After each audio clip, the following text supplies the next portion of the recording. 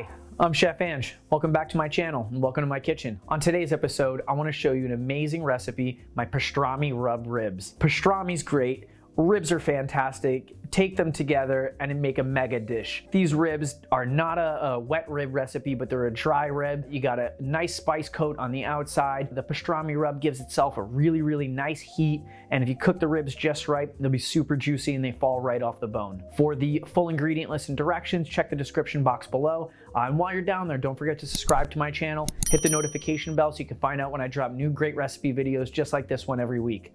Let's get cooking.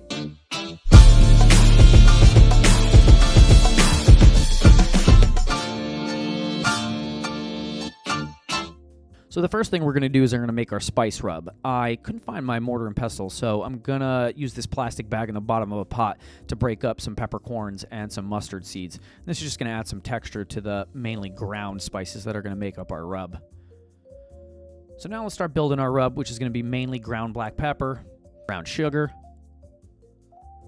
some ground coriander, mustard powder, some smoked paprika for that nice smoky flavor, a little bit of color. And now my two favorites, garlic powder and its little cousin, onion powder. And now for some heat, we're going to add some ground cayenne pepper. This stuff's potent, so a little bit goes a long way. If you're not big on spicy, you can reduce it, or if you are big on spice, go ahead and knock yourself out. And then we're going to add some kosher salt. It's got the larger granules that are going to help stick to the outside of the ribs. So now we're going to mix this spice rub up until it's nice and evenly distributed, and we're going to set that aside. Now we're going to make a little bit of a glaze. It's pretty simple. We're just going to take some apple cider vinegar, some Dijon mustard. Well, looks like I'm running out. Better get some Dijon mustard on the list. A little soy sauce for some umami flavor. That's it. And a couple tablespoons of some honey for some sweetness, and to also bind this all together. For exact ratios and amounts to both the glaze and the spice rub, you can check the description box below where I have the full ingredient list. Now we're going to whisk this together until it's nice and uniform and the honey is dissolved inside the liquid. So now let's get to our ribs. These are a pork baby back rib that had sitting on a paper towel to help remove some moisture. And now we're going to take off this membrane on the bottom, and I'm going to start at one side and try to get underneath. Once I get underneath, I'm just going to pull, and it should come off pretty easily. If you have any trouble grabbing it, you can always use a paper towel, but take your time and try to remove this membrane all the way off. We're going to do one more step to prep these ribs. We're going to find these little bone fragments that are at some points in the ribs, and we're going to get a utility knife or a paring knife. We're going to pop it up and then hold with one hand and just get underneath. Take your time, make sure you don't cut yourself. But this is a nice extra step because it just eliminates those little bone fragments as you're eating the rib. They're a little unpleasant, so we'll take the extra time and get those out.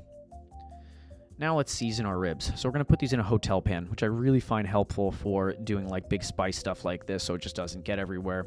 And we're going to take a little white vinegar and we're going to sprinkle that on top. And now I'm going to take my hand and coat the ribs with the white vinegar on the bottom and on the top, and we're just using this as a little binder so the spices have something to stick to.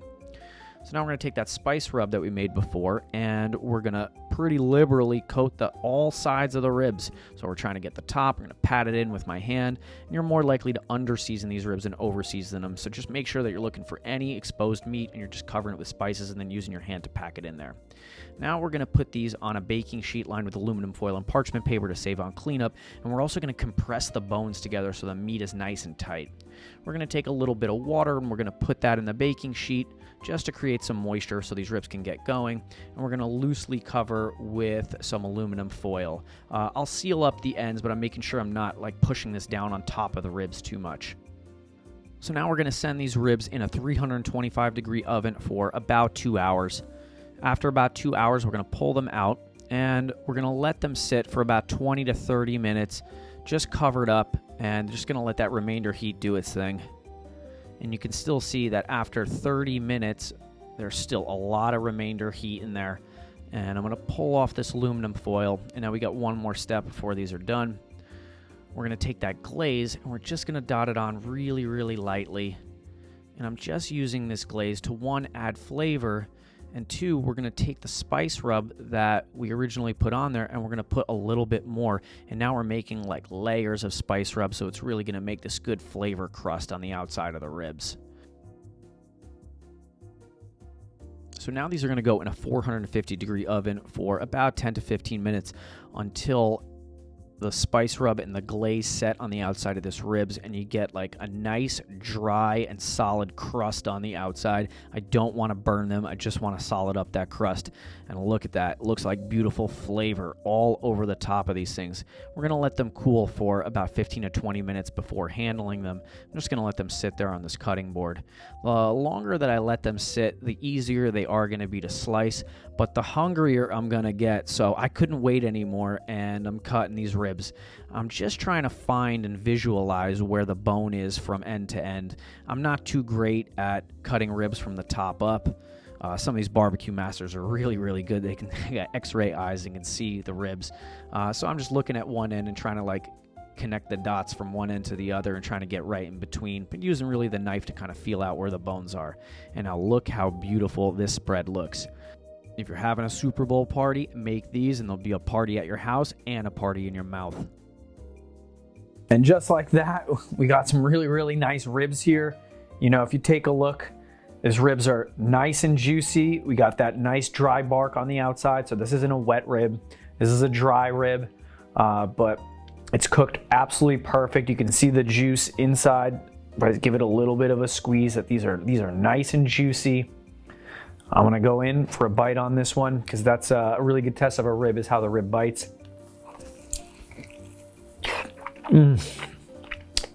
That meat pulls right off that bone beautifully. It's got a little bit of a chew to it. I don't like ribs super duper mushy. Oof. That cayenne's got a nice kick to it. So just like we're eating pastrami, it's got like a nice spice rub on the outside, a little bit of heat, not drenched in sauce, but dry on the outside and juicy on the inside.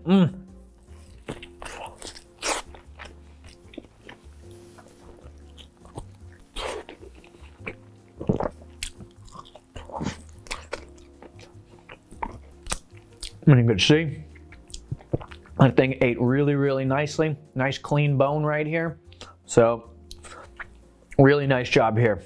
Well, I'm Chef Ange. These are my pastrami ribs. Let me know in the comment section how yours comes out. If you did like this video, give the like button a little love. And if you haven't already, subscribe to my channel so you can find out when I drop another recipe video just like this next week.